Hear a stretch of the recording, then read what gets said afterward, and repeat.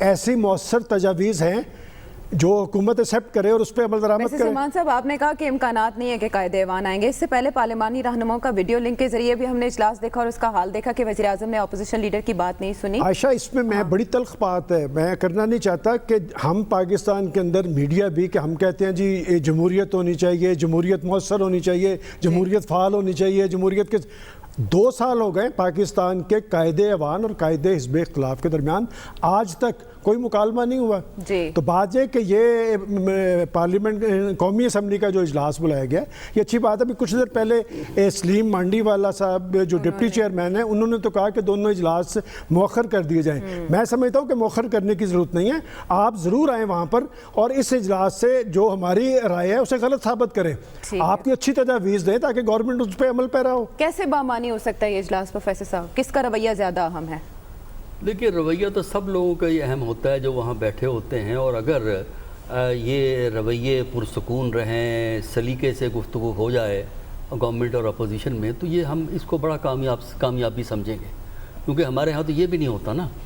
باقی رہا اسمبلی کیا کرے گی, میری سمجھ میں نہیں آتا اسمبلی کا کیا رول ہے کرونا کے سلسلے میں, علاوہ اس کے کہ اپوزیشن کہے گی کہ گورنمنٹ کچھ نہیں کر رہی, گورنمنٹ کہے گی ہم یہ کر رہے ہیں. کیونکہ وہ تو جو تقاریر آ رہی ہیں آج کل بھی, جو بیانات آتے ہیں پی ایم ایل این کی طرف سے, پی ٹی آئی کی طرف سے, وہ دیکھ لیجئے بالکل 2 مختلف ڈائریکشنز میں چلے جا رہی ہوتی ہیں چیزیں. آپ اگر ان کے بیانات کو دیکھیں, پی ٹی آئی ایک طرف جا رہی ہے, باقی اپوزیشن دوسری طرف جا رہی ہے, تو یہی چیز وہاں ریفلیکٹ ہوگی, یہی چیز آپ کو وہاں نظر آئے گی. کوئی کانکریٹ تجویز اگر ہو نا, پھر تو ہم یہ کہیں کہ اسمبلی کا اس سٹیج پہ جو ہے بلانا بڑا یوزفل رہے گا. نہ کوئی لیجسلیشن کی ضرورت ہے اس وقت, نہ کوئی حکومت کو کوئی بجٹ پیش کرنا ہے, اگلے مہینے بجٹ پیش ہوگا. نہیں ہٹ تو ہوا نا کرونا کرائسس سے, بجٹ ہٹ تو ہوگا, اس کی بات تو ہوگی پروفیسر صاحب. نہیں بات کرنا چاہیں تو بات تو ہر چیز پہ ہوگی, لیکن بجٹ تو اگلے مہینے آ رہا ہے نا, جون کے فرسٹ ویک میں آئے گا نا. تو وہاں بھی آپ بجٹ کی سپیچز کو دیکھ لیجئے, پچھلے سال کا بجٹ اٹھائیے, بجٹ کی جو تقاریر ہوئی ہیں ان میں سے مجھے یہ بتا دیجیے گا پچھلے سال کے بجٹ کتنی ریلیونٹ تقاریر وہاں بجٹ پہ وہاں ہمیں ہوتی ہوئی نظر آتی ہیں. ٹاپک بجٹ ہوگا, ہم گفتگو اپنی مرضی کی جو مرضی کر لیں. تو میرا خیال یہ ہے کہ ہمیں اتنے زیادہ ایکسپیکٹ نہیں کرنا چاہیے پارلیمنٹ سے, کیونکہ پارلیمنٹ اگر تو پرفارم کرے تب تو ہم کچھ ایکسپیکٹ بھی کریں. ہمارے جو بڑے فیصلے ہیں وہ پارلیمنٹ سے باہر ہوتے ہیں, پارلیمنٹ صرف مہر لگاتی ہے اس کے اوپر. اچھا ہاں, اے پی ایس کے بعد نیشنل ایکشن پلان کے لیے تو پارلیمنٹ ہی بیٹھی تھی پروفیسر صاحب. دیکھیے وہ تو بڑا آسان ہے نا, بیٹھ کے ریزولوشن پاس کر دینا, ریزولوشن پاس کر دینا, قرارداد کر دینا, یہ تو کرتی رہتی ہے پارلیمنٹ. لیکن عملی اقدامات کے لیے ہمیں کہیں کوآپریشن نظر نہیں آتی, کہیں ایسے آلٹرنیٹیو پلان نظر نہیں گئے. گورنمنٹ نے ایک پلان دیا ہے, آپ اس کا ایک متبادل پلان آف ایکشن دیں. ٹھیک ہے, دیکھیں جمہوریتوں میں ہمیشہ ایک شیڈو کیبنٹ ہوا کرتی ہے, ٹھیک ہے, وہ ان کے متعلقہ لوگ ایک آلٹرنیٹ پلان دیتے ہیں. ہمارے ہاں تو اس کا رواج اپوزیشن کو تو کل متبادل پلان خبر دینا ہوگا, لیکن آپ بتائیے کیا چانسز ہیں کل اجلاس کا انعقاد ہو سکے گا؟ قائد ایوان آئیں گے اجلاس میں, رونق بخشیں گے ایوان کو؟ اچھا دیکھیں 2-3 سوالات ہیں آج کا اسپیشلی سبجیکٹ, کہ کل جو پارلیمان ہے اس کی موجودہ حالات کے اندر کیا ضرورت ہے, کیا اسے کوئی فائدہ اٹھایا جا سکتا ہے. جہاں تک تو کرونا معاملات کا تعلق ہے تو میرے خیال میں جو موجودہ اس پارلیمان یا اس سیشن کی ہرگز ضرورت نہیں تھی. اس کی بڑی سادہ سی وجہ ہے کہ ہر روز صبح کوئی وقفے سے بھی نہیں, ہر روز صبح 10 بجے NCOC کی میٹنگ ہوتی ہے جو نیشنل کمانڈ سینٹر بنا ہوا ہے. وہاں پہ تمام جو حکومتیں ہیں, اب جس طرح AJK اور گلگت بلتستان کے اندر پاکستان مسلم لیگ نون کی حکومت ہے تو ان کے نمائندگان بیٹھے ہوتے ہیں, سندھ سے جو مراد علی شاہ صاحب بیٹھے ہوتے ہیں پاکستان پیپلز پارٹی کی نمائندگی, بلوچستان سے وہاں پہ ایک اتحادی بیٹھے ہیں, اور باقی جگہوں سے پاکستان تحریک انصاف کے لوگ. تو کرونا وائرس کے حوالے سے جو بھی لایا عمل طے ہونا ہوتا ہے اس میں تمام اطراف سے جو بھی سجیشنز آ رہی ہوتی ہیں, تجاویز آ رہی ہوتی ہیں, اس کو سامنے رکھتے ہوئے پھر ایک جو نیشنل کوارڈینیشن کمیٹی بھی بنا دی گئی ہے جس میں پرائم منسٹر صاحب بھی بیٹھتے ہیں، خود چیئر کرتے ہیں، ساتھ میں سارے سب سے چیف بھی بیٹھتے ہیں. جو بھی فیڈرل کے محکمہ جات کی ضرورت ہوتی ہے، صوبوں نے جن سے کچھ سوال و جواب کرنے ہوتے ہیں، چیزوں کی ضروریات ہے، NDMA سے آپ نے کچھ سامان آپ کو چاہیے تو وہ بھی وہاں پہ سارے ہوتے ہیں. تو یہ تو روزانہ کی بنیاد کے اوپر کرونا وائرس کا جہاں تک تعلق ہے اس کی مینجمنٹ کا، تو وہ تو معاملہ چل رہا ہے. اگلا سوال یہ ہے کہ کیا پارلیمان کو بیٹھنا چاہیے؟ میرے نزدیک بالکل بیٹھنا چاہیے. کیا پارلیمان کی افادیت ہے کسی بھی جمہوری سسٹم کے اندر؟ اس کا بہت ہی زیادہ امپورٹنٹ رول رہا ہے. ابھی ماضی قریب میں ہم نے دیکھا، آپ کو پتہ ہے بہت بڑا ایشو تھا سروسز چیفز کی جو ریٹائرمنٹ ایج کے حوالے سے قانون خاموش تھا. سپریم کورٹ کا آرڈر آیا، پارلیمان بیٹھی، اس کے اوپر قانون سازی ہوئی اور بڑے اچھے طریقے سے قانون سازی ہوگی. آج اگر جس طرح کل صبح پارلیمان نے بیٹھنا ہے، اگر تو واقعی تمام اطراف سے لوگ خلوص نیت کے ساتھ اس پارلیمان کے جو فورم کو استعمال کرنا چاہتے ہیں تو بڑے اہم ایشوز ہیں. آج کل 18ویں ترمیم کے اوپر بات ہو رہی ہے اور تمام اطراف سے ہو رہی ہے کہ جی ہیلتھ کرائسس کے حوالے سے 18ویں ترمیم نے جو اختیارات بانٹے وفاق اور صوبوں کے درمیان وہ ٹھیک طریقے سے کام چل نہیں رہا. اس پہ بات بالکل ہونی چاہیے. اس کے علاوہ تعلیم کا معاملہ پچھلے دنوں ہم نے ڈسکس کیا کہ کیا فیڈرل حکومت کے پاس یہ اختیار ہونا چاہیے اسٹینڈرڈائزیشن کا پورے ملک کے اندر جو بھی فیصلے کرنے ہیں، ہائر ایجوکیشن کمیشن یا باقی بھی جو فیصلہ سازی ہے اس کے اوپر کیا کردار ہونا چاہیے. اس وقت یاد ہے مجھے 18ویں ترمیم جب پاس ہوئی تھی، اس کے اوپر پاکستان مسلم لیگ نون نے یہ کہا تھا کہ یہ نہیں جانا چاہیے سبجیکٹ تعلیم کا صوبوں کے پاس. ان کا ڈیسنٹ نوٹ اس کے پاس پڑا ہوا ہے. پھر نیشنل فائنانس کمیشن کے اوپر بڑے اعتراضات ہو رہے ہیں کہ جی صوبوں کے پاس زیادہ حصہ جا چکا ہوا ہے، اس کے اوپر کو بات ہونی چاہیے. تو ایک اچھی مہذب مثبت آپ وہاں پہ بحث و مباحثہ کر سکتے ہیں. اپنا جو نقطۂ نظر ہے اس کو لوگوں تو نہیں ہوگی. ہاں بالکل. اچھا ایک تھوڑا سا بات ایڈ کر جو، سوری آج میں باقی لوگوں کا ٹائم تھوڑا سا زیادہ لے رہا ہوں، لیکن مسئلہ موجودہ پارلیمان کا یہ ہے کہ جو لیڈر آف دا اپوزیشن وہاں پہ بیٹھے ہوئے ہیں محترم شہباز شریف صاحب، ان کو یہ یقین ہے کہ یہ جو شخص لیڈر آف دا ہاؤس کی سیٹ پہ بیٹھا ہوا ہے جس کا نام عمران خان ہے، یہ میری چوری کر کے میری سیٹ پہ بیٹھا ہوا ہے. وہ اس کو کہتے ہیں تم سلیکٹڈ ہو. بلاول بھٹو کہتا ہے تم سلیکٹڈ ہو، تمہارا تو اختیار ہی نہیں ہے، تمہارے پاس مینڈیٹ ہی نہیں ہے.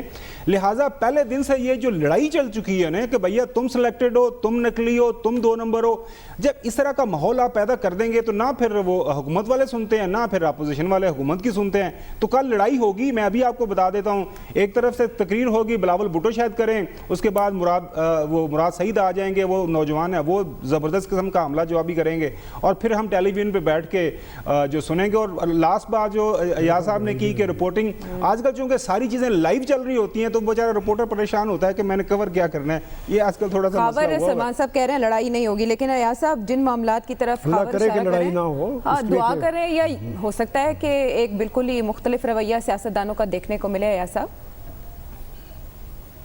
نہیں، دیکھیے ہم وہ میرے خیال تھوڑا سا وہ نہیں کر رہے. لڑائی بڑے ایشوز پہ ہو بہت اچھی چیز ہے اور ہونی چاہیے. یہ گالم گلوچ بے معنی لڑائی تو کوئی لڑائی نہ ہوئی. آپ نے کہا 73 کا آئین جو ہے، 73 کا آئین جو ہے وہ اتفاق رائے سے ساری پارٹیز نے متفقہ طور پہ سوائے 1-2 بلوچ رہنما تھے، خیر بخش مری اور شاید ایک آدھ اور تھے، وہ شامل نہیں تھے. انہوں نے پیش کیا، وہ پارلیمنٹ نے توثیق کر دی. بجٹ پیش ہوگا، پارلیمنٹ توثیق کر دے گی.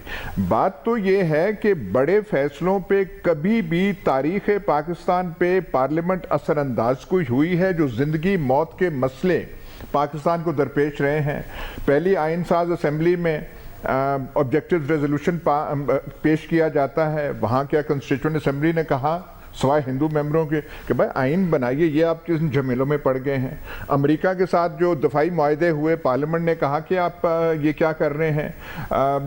اس کی گورنمنٹ جو ہے خواجہ ناظم الدین کی برخاست ہوئی گورنر جنرل نے، اس میں کوئی پارلیمنٹ کا رول تھا؟ کچھ بھی نہیں تھا. انہوں نے برخاست کی، خواجہ ناظم الدین کی جگہ محمد علی بوگرا کو وزیر اعظم بنایا. ساری کابینہ جو پہلے تھی وہ وہاں پہ شامل ہو گئی. اور یہ مثالیں آپ دے جا سکتے ہیں. 74 میں جو احمدیوں کے بارے میں قانون ہوا وہاں پاس ہوا، پارلیمنٹ نے وہ پاس کر دیا. لیکن جو ہے امریکہ کے ساتھ آپ معاہدے کر رہے ہیں 9/11 کے بعد، پارلیمنٹ وہ اس میں کوئی رول ادا کر سکی. ہمارے جو کوز ہوئے ہیں 99 میں جو ہوا تھا، وہاں پہ ایک ٹیک اوور ہوتا ہے. کبھی پارلیمنٹ نے یہ ہمت دکھائی ممبران نے کہ اسمبلی سے باہر کسی اوپن جگہ ایک اجلاس بلا کے کہہ دیں کہ ہمیں یہ اقدام منظور نہیں ہے. تاریخ پاکستان میں کوئی پارلیمنٹ کی کردار نہیں ہے. جو ایگزیکٹو اتھارٹی ہوتی ہے، پرائم منسٹر ہو یا غیر پارلیمانی نظام میں پریزیڈنشل ہو، جو وہاں پہ ہوتی ہے انگوٹھا چھاپ کردار ہمارے پارلیمنٹ کا رہا ہے. جمہوریتوں میں بھی انگوٹھا چھاپ رہے ہیں، اور جو ڈکٹیٹرشپس رہی ہیں یا سیمی ڈکٹیٹرشپس رہی ہیں انگوٹھا چھاپ کرتے رہے ہیں. پارلیمنٹ نے ایسا کوئی نہیں کیا کہ جی آپ کہاں جا رہے ہیں، اسی طرح امریکہ اس کا کی گود میں جواب کہاں جا رہے ہیں. 2010 میں دے دیا گیا، آرٹیکل 6 کو انٹروڈیوس کرا دیا گیا. آپ کو نہیں لگتا کہ شروع سے تھا آرٹیکل 6 کو خدا کے واسطے کو جو ایک بات سنے، کو ہو رہا ہے 99 میں، وہ تو فلانا ہے، وہ تو ایسا ہی ہے جیسے یحییٰ خان کو سپریم کورٹ نے غاصب قرار دے دیا جب یحییٰ خان جا چکے تھے، سب کچھ ہو گیا. وہ تو بالکل بے معنی سی چیزیں ہیں. 18ویں ترمیم کی بات کرتے ہیں، وہ تو ایک ایگزیکٹو کر رہی ہے نا جی، ایک جو رولنگ پارٹی ہے وہ کر رہی ہے. اس میں پارلیمنٹ نے وہ کوئی پہلے کرتے جب وہ لگ رہی تھی اس میں کرنا، پارلیمنٹ میں کوئی رول نہیں تھا. یہ جو 18ویں ترمیم کی آپ بات کر رہے ہیں، 18ویں ترمیم جب تیار ہو رہی تھی تو پارلیمنٹ کے بیشتر ارکان کو پتہ ہی نہیں تھا کہ کون سی کھچڑی پک رہی ہے، سوائے وہ جو ممبران تھے وہاں اس کمیٹی میں اور رضا ربانی کے اور ایم کیو ایم کے. چوتھے کسی آدمی کو پتہ ہی نہیں تھا. یہ تو سرپرائز نون لیگ کو، میاں نواز شریف کو نہیں پتا تھا کہ 18ویں ترمیم میں کیا ہو رہا ہے. 18ویں ترمیم پہ ڈیبیٹ میننگ فل نہیں ہوئی، وہ آئی اور آنکھیں بند کر کے پارلیمنٹ نے پاس کر دی. انہوں نے وہ چھان بین بھی نہیں کیا کہ اس کا مطلب کیا ہے. میں اسمبلی سیشنز میں بیٹھا ہوں، تین یونیورسٹیز کے چارٹر پاس ہو رہے ہیں. یونیورسٹیز جو کہ M A M S Cs کی ڈگریز دے سکتی ہیں، ان کو اختیار وہ دیا گیا ہے. ممبران کو پتہ ہی نہیں تھا یہ یونیورسٹیز کون سی ہیں، کون پیش کر رہا ہے، ان کے پیچھے کون ہے، محرک کیا ہے، محرکات کیا ہیں. کچھ بھی ایسی بات نہیں ہے.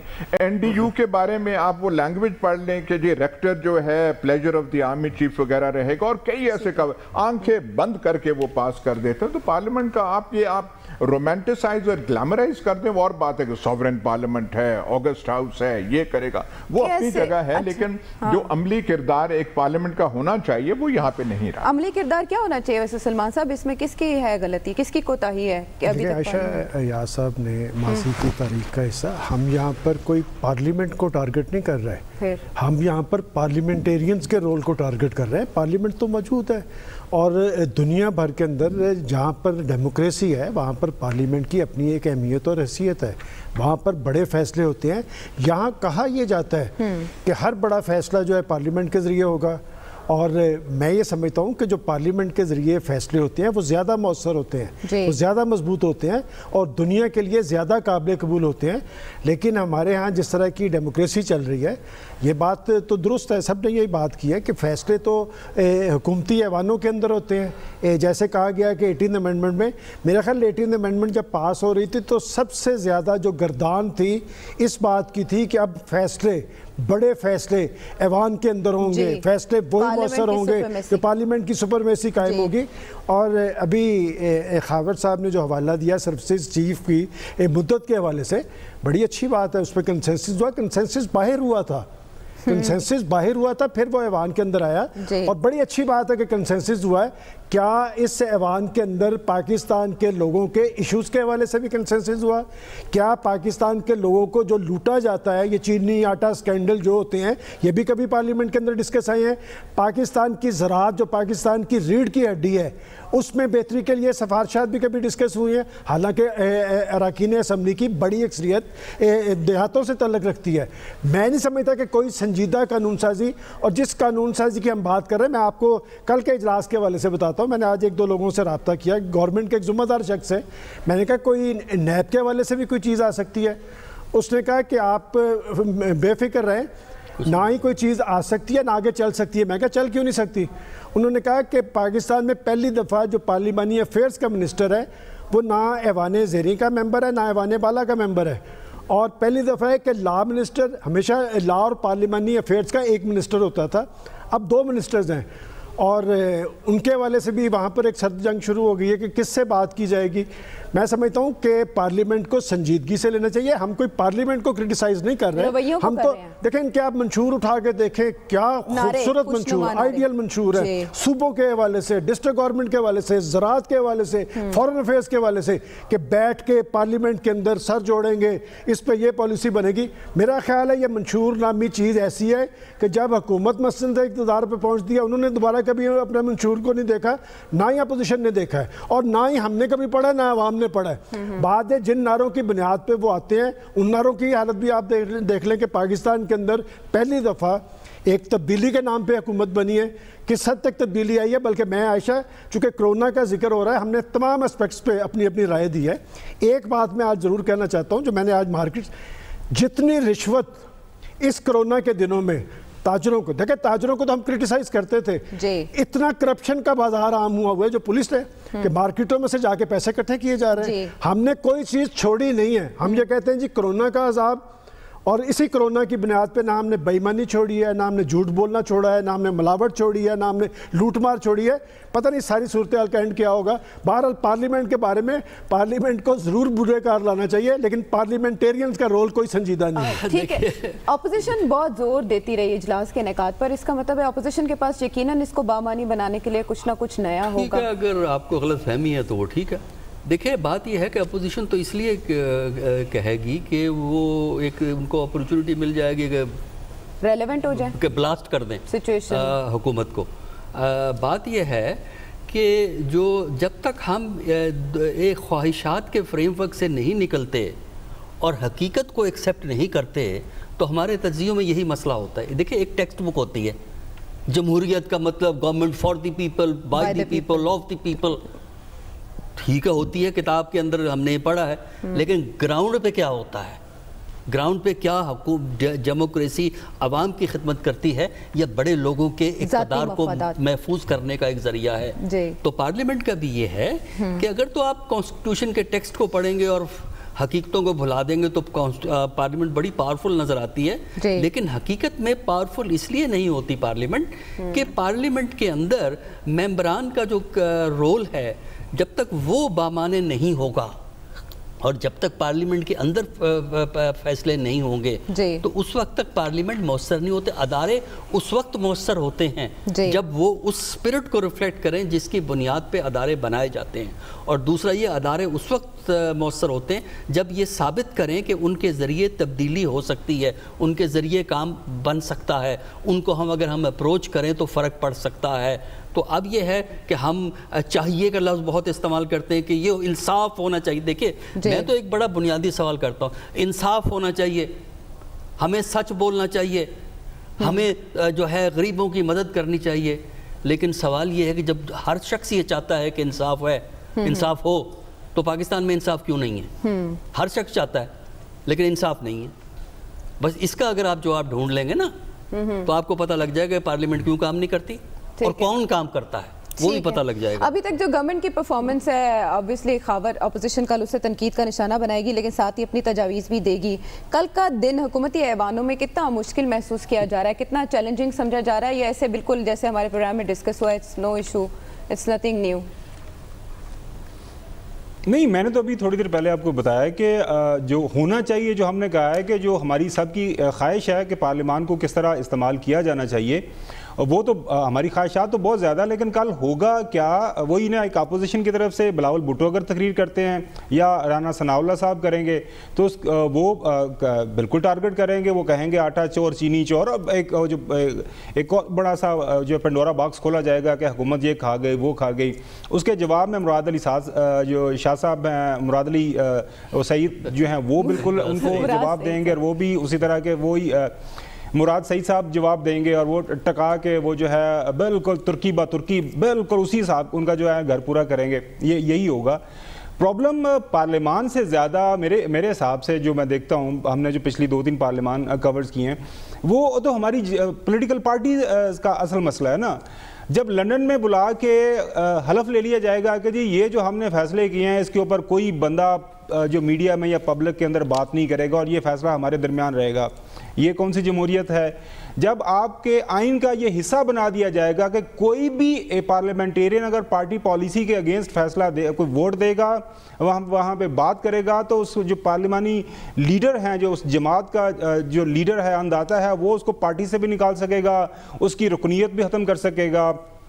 ہماری جو پولیٹیکل پارٹیز ہیں وہاں پہ آپ کو کسی بھی political party across the board ہم بات کریں, آپ کو کہیں جمہوریت کا کوئی شائبہ نظر آتا ہے کہ پارٹی کے اندر, جس طرح ویسٹ کے اندر ہم دیکھتے ہیں کہ باراک اوباما اٹھتا ہے, کہیں سے پڑھا لکھا شخص آتا ہے, وہ تقریریں کرتا ہے, اس کا ایکیومن جو ہے یا جو پولیٹیکل سینس بہتر ہے, وہ ود نو ٹائم وہ پریزیڈنٹ بن جاتا ہے US کا. اسی طرح بورس جانسن, جو مرضی اسے کہیں آپ, وہ کھلنڈرا سا نوجوان ہے, وہ اپنی سیاست بازی کرتا ہے پارٹی کے اندر. آج وہ ایک ہیوی مینڈیٹ کے ساتھ UK کے اندر پرائم منسٹر بیٹھا ہوا ہے. ہمارے ہاں کیا کوئی غریب آدمی یا کوئی پڑھا لکھا یا میں کل کو یا عائشہ کل کو سوچتی ہے کہ ابھی سیاست کرنی چاہیے, تو کیا آپ آگے بڑھ پائیں گی؟ میں وہ کل دیکھ رہا تھا, وہ ہماری قابل احترام ہیں, فارمر اخبارات کی ایڈیٹر بھی رہی ہیں, شاہی رحمان صاحبہ, سینیٹر شاہی رحمان صاحبہ. وہ بلاول بھٹو زرداری صاحب کا جس طرح نام لیتی ہیں, ہمارے چیئرمین بلاول بھٹو صاحب, یقین کرے بندہ احساس ہوتا ہے کہ آپ ان کی عمر کا اندازہ کریں کہ کیا فرق ہے. چونکہ یہاں پہ ایک ہمارا طریقہ کار یہ ہے کہ وراثت ہے, جو ہے اب اگلی پارٹی لیڈر جو ہے مریم صاحبہ ہی ہوں گی, اگلے بلاول بھٹو ہی ہوں گے, پتہ نہیں سلمان اصل میں آپ کہہ رہے ہیں کہ جو قاسم یا سلمان کا فقدان ہے وہ ہے اصل مسئلہ, جس کی وجہ سے پارلیمنٹ کی ایسی کیفیت ہے. بریک کے بعد ناظرین آتے ہیں واپس.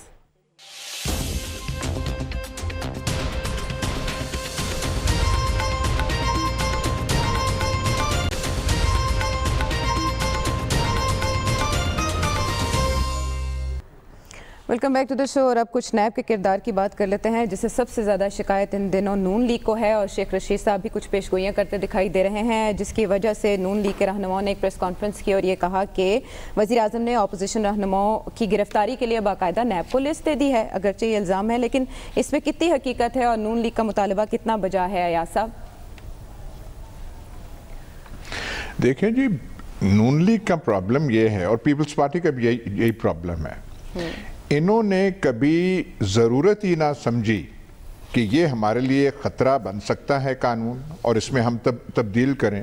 انہوں نے ایک فارمولا بنایا ہوا تھا کہ فلانے شخص کو وہاں پہ لگا دینا ہے.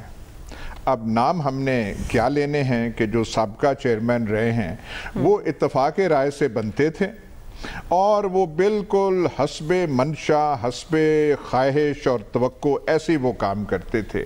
وہ کسی مطلب ہے کہ دائیں بائیں والی کوئی بات سوچتے ہی نہیں تھے, اور کبھی نیب نے ایسا کیا ہی نہیں. وزیر اعظم تھے میاں نواز شریف, تو وہ ایک بھاولپور پہ دورے پہ گئے, تو انہوں نے تو نیب کو باقاعدہ جھاڑ پہ لا دی, حالانکہ کوئی نیب نے اتنی کوئی قابل سرزنش کوئی بات بھی نہیں کی تھی, کوئی چھوٹا موٹے کسی کو نوٹس بھیجا تھا. پاکستان یہ جو چیئرمین ہیں موجودہ, یہ بھی اتفاق رائے سے بنے, اور ان کے بارے میں بھی سمجھا جا رہا تھا کہ ان کا رول وہی رہے گا جو سابقہ چیئرمینوں کا رہا, مطلب دونوں پارٹیز کو تکلیف نہ پہنچانے والا.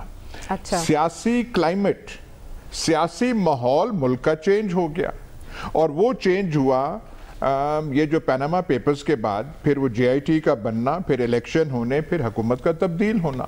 اس سیاسی ماحول کے چینج ہونے سے نیب قانون پہلے بھی وہی تھا تو اب بھی وہی ہے. نیب کا کردار چینج ہو گیا اس ماحول کی وجہ سے. اب یا تو وہ ماحول کو درست کریں, ماحول ان کے کنٹرول میں نہیں ہے. جو سیاسی اس وقت کلائمیٹ ہے وہ سارا کنٹرول کسی اور کے ہاتھوں میں ہے. آپ عمران خان کہہ لیں, کوئی اور کہہ لیں, عمران خان کے معاونین کو کہہ لیں, ان سے ہمدردی کرنے والے سایوں میں جو رہنے والے ہیں ان کے بارے میں آپ کہہ دیں. وہ جو ہے کنٹرول ماحول کا, ماحولیاتی کنٹرول پیپلز پارٹی اور نون لیگ کے پاس نہیں رہا. رونا ان کو وہ ہے. نیب قانون وہی ہے. آج پولیٹیکل کلائمیٹ چینج ہو جائے, یہی قانون ہوگا, اور ان کے لیے کوئی ضرر کا جو ہے اندیشہ یا ماحول نہیں بنے گا. تو سمجھنے کی میرا خیال وہ سمجھتے بھی ہیں کہ ماحول ہمارے کنٹرول سے باہر چلا گیا. وہ جو پہلی JIT بنی تھی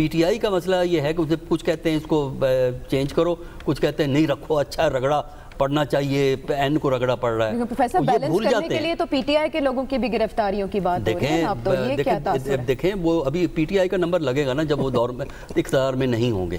یہاں تو جب اقتدار کے بعد اکاؤنٹیبلٹی شروع ہوتی ہے, اقتدار میں تو بڑے کم کیسز ہیں, 1-2 کیسز ہیں اقتدار کے اندر. لیکن دیکھیے یہی کہہ رہا ہوں نا, وہ اندرونی سیاست ہے. دیکھیے یہ بھی ایک خیال رکھیں آپ, بہت سی چیزیں اندرونی سیاست کی وجہ سے ہوتی ہیں. دوسرا دیکھیں میں تو بڑا سمپل کہتا ہوں, نیب کی کارکردگی کا جائزہ لینا ہے آپ نے. پچھلے 1 سال میں سپریم کورٹ آف پاکستان کے ججمنٹ, اسلام آباد ہائی کورٹ کے ججمنٹ اور لاہور ہائی کورٹ کے ججمنٹ جو نیب کیسز پہ ہیں ان کا مطالعہ کر لیا. اور مجھے حیرانی ہے کہ اتنے سٹرونگ ججمنٹس کے باوجود بھی نیب کا آج وہی طور طریقہ ہے جو ان کیسز سے پہلے تھا. تو سوال یہ ہے کہ اگر نیب والے سمجھتے ہیں لوگ پروپیگنڈا کر رہے ہیں, تو ہمیں ان کیسز میں جو فیصلے دیے گئے ہیں کورٹس کی طرف سے, ان فیصلوں کا جواب دے دیں. ٹھیک ہے, لیکن نیب کو ختم کرنے کے لیے نون لیگ صدا تو بلند کر رہی ہے, کوئی راستہ اپنانے کا بھی کوئی طریقہ کار ہے ان کے ذہن میں خاور؟ نہیں, طریقہ تو بڑا صاف ہے. کوئی بل لے کے آئے ہیں ان کے ساتھ, پاکستان پیپلز پارٹی کے ساتھ مل کے, سینٹ میں تو ویسے بھی اپوزیشن کی میجورٹی ہے, وہاں سے کوئی بل پاس کروائیں.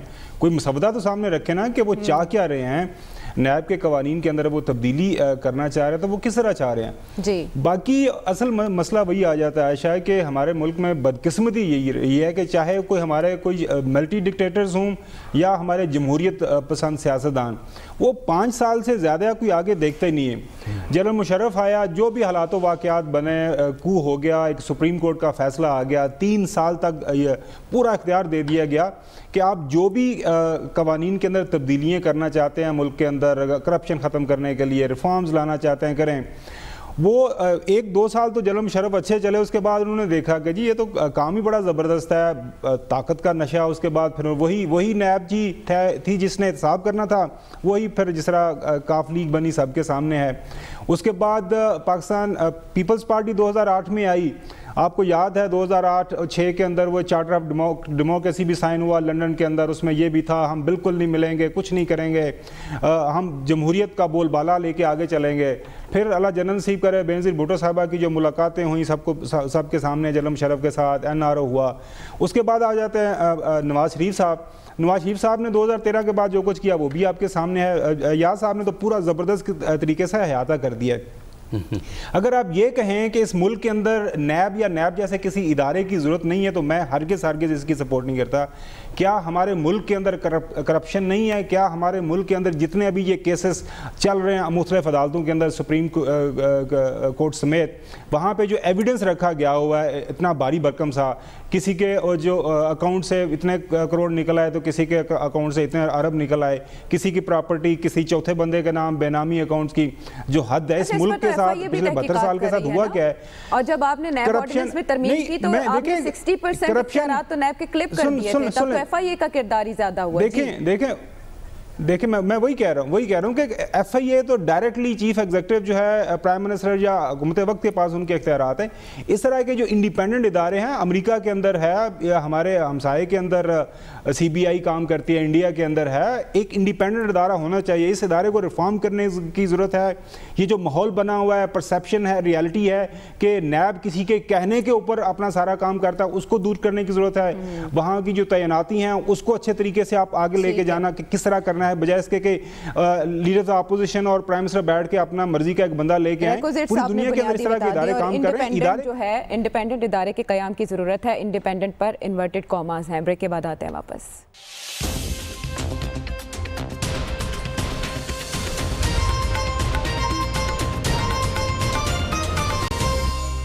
ویلکم بیک ٹو دا شو. آپ افغان امن عمل کی بات کریں گے, وقت ہمارے پاس بہت مختصر ہے. ایاز صاحب, زلمے خلیل زاد پہلے قطر گئے, پھر دہلی, اور اس کے بعد پاکستان آئے, پاکستان سے تعاون مانگا. افغان امن عمل ابھی تک تعطل کا شکار کیوں ہے؟ جی فی الحال تو یہ جو کرونا وائرس ہے اس نے ہر چیز کو لے کے وہ بٹھا دیا ہے, کچھ وہ بات بن نہیں رہی. نہیں تو یہ نہ ہوتا تو شاید پیش رفت بہت ہو جاتی. انہوں نے ایک معاہدہ تو کر ہی لیا تھا اور اشرف غنی وغیرہ ناخوش تھے, لیکن امریکنز نے طالبان نے کر لیا تھا. لیکن بیچ میں یہ بیماری ایسے آئی کہ جس نے سب کچھ جو ہے اس کو ہلا کے رکھ دیا.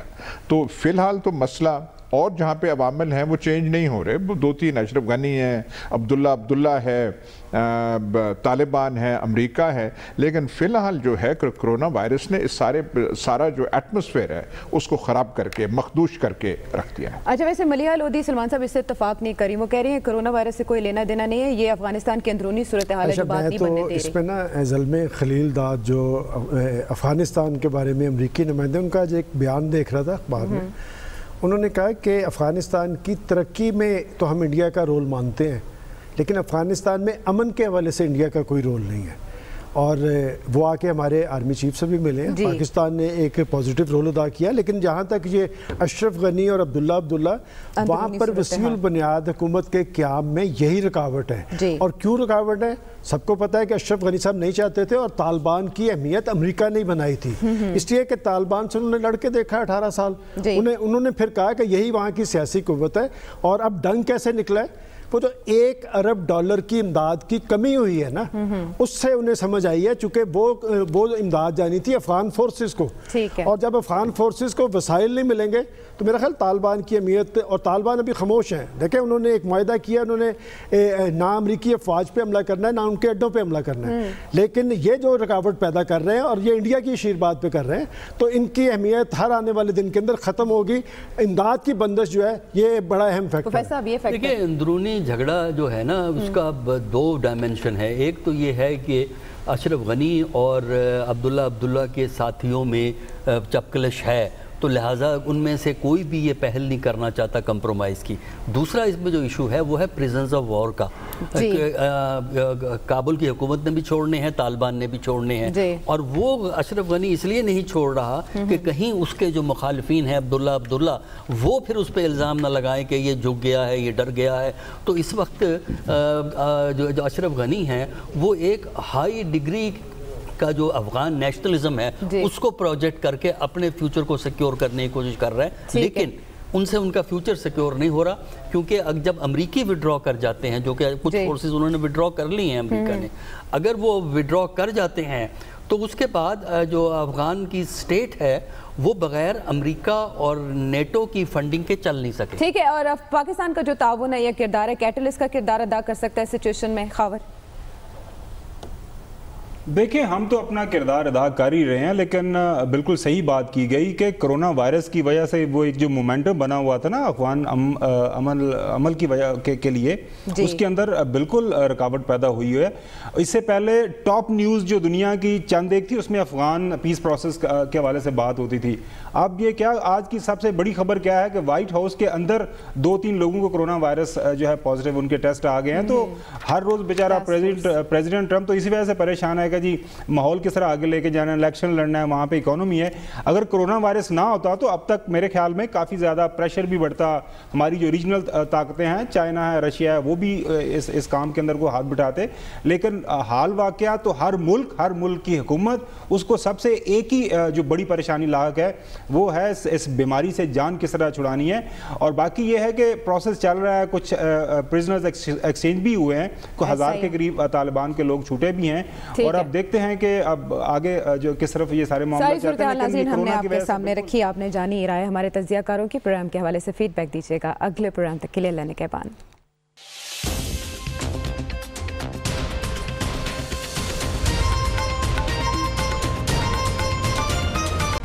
Hi, it's Sayyeda Shanaz here. Thank you for watching Dunya News. For more videos and updates, don't forget to click the subscribe button. Keep watching Dunya News.